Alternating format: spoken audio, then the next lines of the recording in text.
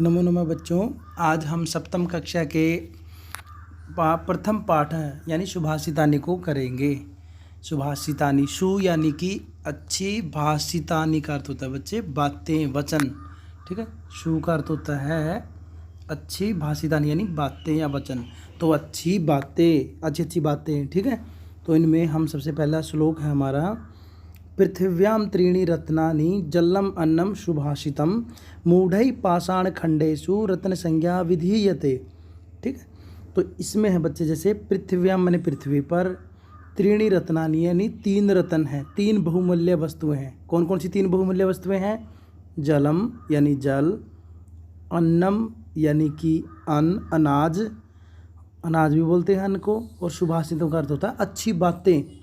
वही सुभाषितम यानी अच्छे अच्छे वचन। ऐसी ऐसी भी बहुत मुश्किल से मिलती हैं अच्छी बातें भी। जल भी बहुत ही दुर्लभ है इस पृथ्वी पर, और अन्न भी बहुत दुर्लभ है। ठीक है, और मूढ़ यानी मूर्ख लोग, पाषाण खंडेषु यानी पत्थर के टुकड़ों में, रत्न संज्ञा विधीयते यानी रत्न संज्ञा का अर्थ है बच्चे कि रत्नों की संज्ञा यानी बहुमूल्य वस्तुएं। रत्न होता है मोती या हीरे, किनको मानते हैं? पाषाण खंडों यानी पत्थर के टुकड़ों को कि क्या मानते हैं? रत्न संज्ञा विधीयते, रत्न संज्ञा मानते हैं। रत्न संज्ञा का अर्थ हुआ यहाँ पर बहुमूल्य वस्तुएं। तो जो मूर्ख लोग हैं वो हीरे जवाहरात इनको मानते हैं बहुमूल्य वस्तुएं। मूढ़े का अर्थ है मूर्ख लोग, मगर विद्वान लोग किन किन तीन चीज़ों को बहुमूल्य वस्तुएं मानते हैं? जलम यानी जल को, अन्नम यानी अन्न को, सुभाषितम यानी अच्छी बातों को। नेक्स्ट आपका श्लोक है बच्चे जैसे, सत्येन धार्यते पृथ्वी सत्येन तपते रविः सत्येन वाति वायुश्च सर्वम सत्ये प्रतिष्ठितम यानी सत्येन, सत्य के लिए ही धार्यते में धारण करती है पृथ्वी यानी पृथ्वी। ठीक है, पृथ्वी है वो सत्य के लिए ही सभी को अपने अंदर धारण करती है, और सत्य के लिए ही क्या है? कौन है? तपते मैंने तपता है, अग्नि देता है। कौन देता है? रवि मैंने सूर्य है। तो सूर्य सत्य का अर्थ हुआ यहाँ पर बच्चे सच्चाई के लिए। सच्चाई के लिए सूर्य है वो क्या करता है बच्चे? वो तपता है दिन रात, यहाँ पर आप लोगों को तपता हुआ दिखाई देता है। आगे बच्चे जैसे कि थर्ड है, सत्येन वाति वायुश्च, और सत्य से ही का अर्थ क्या हुआ बच्चे? सत्येन का अर्थ है सत्य से ही, वाति मैंने बहती है, वायुश्च मैंने वायु, सर्वम मैंने सब कुछ, सत्य मैंने सच्चाई में, प्रतिष्ठितम मैंने प्रतिष्ठित है, हमेशा सब कुछ सत्य में ही। देखो ऐसे भी कहते हैं, ये क्या कहते हैं? सत्यमेव जयते बोलते हैं ना। क्या बोलते हैं संस्कृत में? सत्यमेव जयते यानी सत्य की ही जीत होती है। तो उसी सत्य के लिए सब कुछ बताया गया है। क्या बताया गया है? सबसे पहले बताया गया है कि सत्येन धार्यते पृथ्वी, कि सत्य के लिए ही, सत्य से ही धार्यते मैंने धारण करती है पृथ्वी मैंने पृथ्वी, सत्य से ही तपते मैंने तपता है, रवि मैंने सूर्य है, सत्य मैंने सत्य से ही, वाति मैंने बहती है, वायुश्च मैंने वायु, और आगे है सर्वम मैंने सब कुछ, सत्य प्रतिष्ठितम सब कुछ सत्य में ही प्रतिष्ठित है यानी सब कुछ सत्य में ही स्थित होता है। आगे बच्चे जैसे आपका थर्ड श्लोक है, दाने तपसी शौर्ये च विज्ञाने विनये नये विस्मयो न ही कर्तव्यो बहुरत्ना वसुंधरा।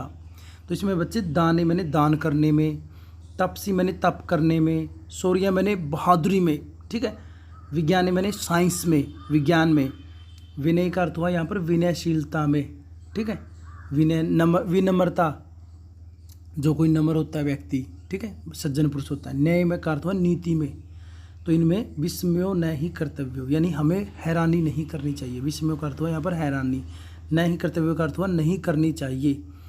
बहुरत्ना, क्योंकि बहुरत्ना मैंने बहुत सारे रत्न हैं, किसमें?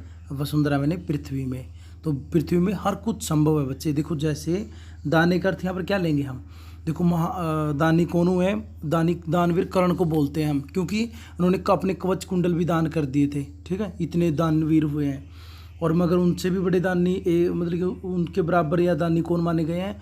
राजा शिवी, जिन्होंने एक कबूतर की जान बचाने के लिए अपने शरीर का दान कर दिया था, यानी अपने मांस के टुकड़े। वो एक बार क्या हुआ था, एक जंगल में एक उसने शेर ने, पता नहीं किसने, उसने शिकार कर लिया था उसका, किसका?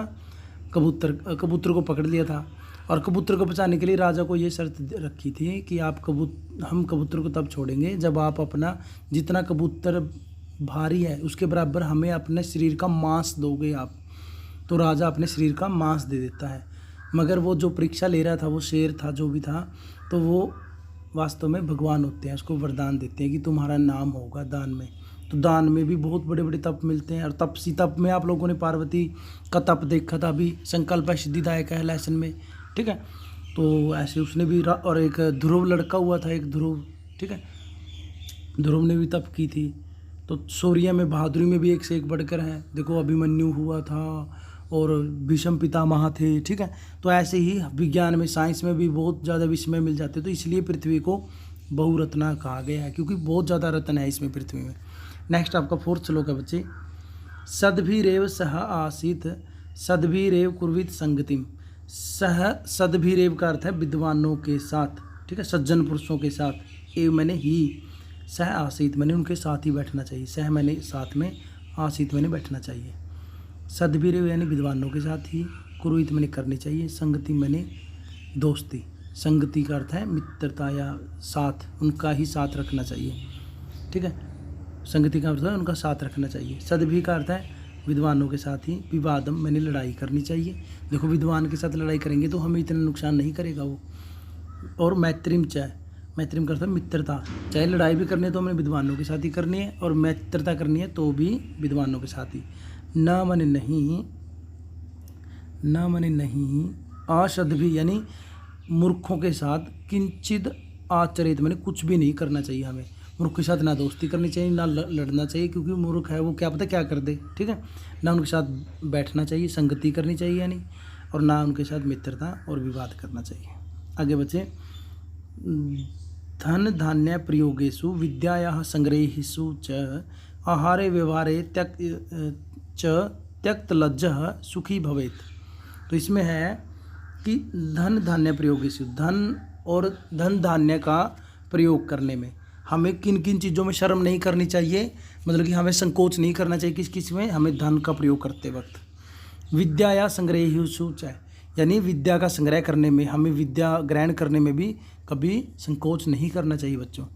आगे है देखो, विद्या ग्रहण करने में हम मान लो शर्मा जाएँ, किसी से हम पढ़ने लग रहे हैं और तभी वहाँ पर हमारे घर में कोई गेस्ट आ जाए, हम सोचे कि नहीं ये क्या सोचेगा और हम पढ़ाई छोड़ दें, ऐसा नहीं करना चाहिए बच्चे। तो हमें पढ़ते रहना चाहिए, या कोई बात आपको टीचर से पूछनी है तो पूछ लेना चाहिए। ऐसे नहीं है कि नहीं बच्चे क्या बोलेंगे, क्या पूछ रहा है ये, ऐसे मतलब कि, ठीक है, तो शर्माते नहीं होते। तो धन धान के प्रयोग में और विद्या के संग्रह में क्या है, हमें आहारे मैंने खाना खाने में, व्यवहारिक करता है हमें किसी के साथ व्यवहार करना है, ठीक है, किसी को प्रणाम करना है, व्यवहार करते हुआ किसी को नमस्कार करना है, पैरों के हाथ लगाना है, उसमें भी चाहे मैंने, और त्यक्त लज्जा, त्यक्त मैंने छोड़ देता है, लज्जा मैंने शर्म को, शर्म या संकोच को, वह है कौन होता, वो क्या हो जाता है, सुखी मैंने सुखी, खुश हमेशा खुश रहता, खुशी सुखी रहता है, भवित मैंने होता है, तो हमेशा खुश रहता है जो धन धान्य के प्रयोग में, विद्या के संग्रह करने में, और आहार यानी खाना खाने में भी हमें शर्म नहीं करनी चाहिए बेटा। मान लो कि हम किसी के गए हैं गेस्ट के, हम कह दें कि नहीं नहीं नहीं मैंने तो भूख नहीं लगी है ये वो, ठीक है, हमें भूख लगी हो तो हमें खाना खाने में भी संकोच नहीं करना चाहिए।